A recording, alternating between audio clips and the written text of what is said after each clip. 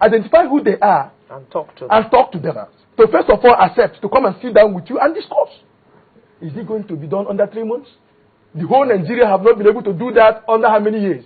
And then a committee, just a small committee, is going to do that under 3 months. 3 months. Well, okay, let's hope they do something. I don't think the committee is expected to wave a magic wand and get all the results. They have their own terms of reference. Yeah. But just to respond to one of the things that was highlighted by Mohammed Said, I know that I watched a video not too long ago on one of the websites where Abubakar Shekau was saying that the real name of Boko Haram is Jamatu al-Sunnah Lidawati wal Jihad, which is said to mean people committed to the propagation of the Prophet's teachings and jihad.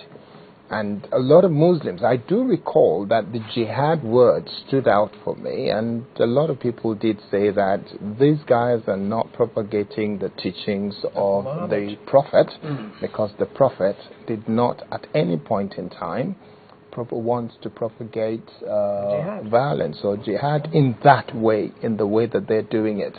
But Oscar. Yeah, thank you very much. I was waiting for you to give me that. Let me make it very clear, and I'll be very happy that my man from Benin, who thinks I'm definitely ignorant, will please continue to forgive my ignorance, but also allow that freedom of speech which says these people are not Muslims. These people are criminals. In the Holy Quran, in Surah chapter 60 verse 8, it was clearly stated that Muslims must be tolerant of other religions, number one. Even to the extent of persecution. In verse 9, it says they can only react if the people called enemies in the Quran are persecuting them to change their belief. Then they will react. But for as long as you make no attempt to change their beliefs, they will not react. They will tolerate and leave it to Allah to take care of. That's number one. Then, Prophet Muhammad, peace be upon him, in his hadith clearly stated that no Muslim should ever, cannot and must not mistreat or maltreat another person from another religion, nor should their place of worship be attacked or destroyed.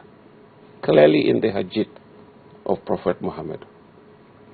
And again, he stressed clearly that the peaceful religion of Islam, it's about taking the people back to near true nature, where they will be in harmony with creation, to always do good and continue to confirm the oneness of Allah. These are the Prophet's teaching. These people are politically motivated and they are criminals. And I don't need nobody to teach me otherwise. I have read that Quran. I have read the Hadith. Okay, we have a comment here from Rufai K.I., who is watching us from Malaysia, and he says, do you think that the Boko Haram insurgency could be stopped by Amnesty if the excesses of the JTF are not curtailed? The Baga killings as a reference point. Would you like to react to that? Okay, I think I talked a bit on it in my earlier comment.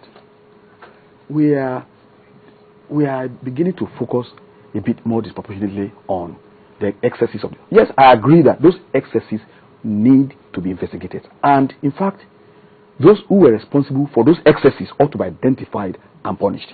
There's no question about that. Even there are rules of engagement. You do not go killing people in a non-combat situation. That's criminal also.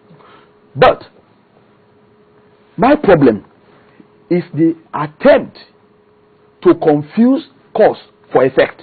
That's the problem. That's why I have my own problems here.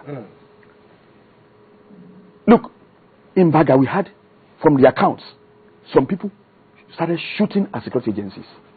Unfortunately, the instinct of a soldier is to respond immediately. Okay? Now, if there were excessive use of force, oh yes, for a disciplined army, they should punish them. But unfortunately also, our outrage, and that's my fear. Yes, maybe we seem to have taken that this is their modus operandi. So their own mass killing is beginning to be more tolerable than the excesses of this. I think we should hold both, and we should carry our outrage, to the same extent. We must not overlook the fact that we are facing a common threat, a threat of terror. And if we begin now to focus on the security that's easier to deal with, we will miss the point that one day we may not even have a nation. Okay. To talk of. Thank you. We have to wrap up now. So, in one sentence, Chris. In one sentence, what's your final word? Basically, we'll continue talking about Boko Haram or insecurity in Nigeria if we do not address the basic issue of social justice. Okay. Until we do that, all right. we won't have. All right. Yours. If we go back to the topic, I don't see what this committee is going to achieve if, for instance, they say anything against what the elders of the North have collectively proposed. I don't see what they're going to achieve. So at the end of the day, you're not going to say no to that because the pressure is on Mr. President from the elders of the North, grant amnesty. What do I say? Please give this amnesty so we'll all see how it will not work, because I know it will work. Okay. My own is the leaderships in the North. We begin to see one or two initiatives. Kashim, the governor of Borno, is beginning to make some movements. There's some other groups, other panels set up in the North. Let them begin to work with this community. Hopefully, they could find some things to, they could work together to at least give us a blueprint. I think the whole idea is to have a blueprint. If they are able to have a breakthrough, I think the community's purpose will have been well served. Okay. Just before you wrap up, very quickly, Promise on Twitter says Boko Haram are criminals and Nigeria is porous. Ghana has Muslims but doesn't have a porous system. Do the maths add up? It's sad. That's what he says. And then final one. There are loads of them, but I can only take two on this occasion. The second one is Better Best.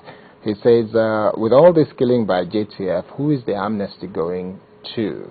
This shows that Boko Haram are in government. So, over to you, Alera. Well, we've been looking at the challenges before the Committee on Amnesty, and we were chatting with Mr. Chris Onyeka of the Civil Liberties Organization, Mr. Oscar Oundiwe, who is, apart from being Vice President of Aka Ikenga, is also Director of Publicity, Southeast Southwest Professionals, South Professionals, and also the National Coordinator of the Alliance for Positive Reform. And we also had Mr. Soya Oni, who is a member of the editorial board over at the Nation newspaper. Thank you all, gentlemen, for coming to share your insights with us this morning. Thank you. Sunrise will be back with yet another very interesting topic in just a moment. Please don't go away.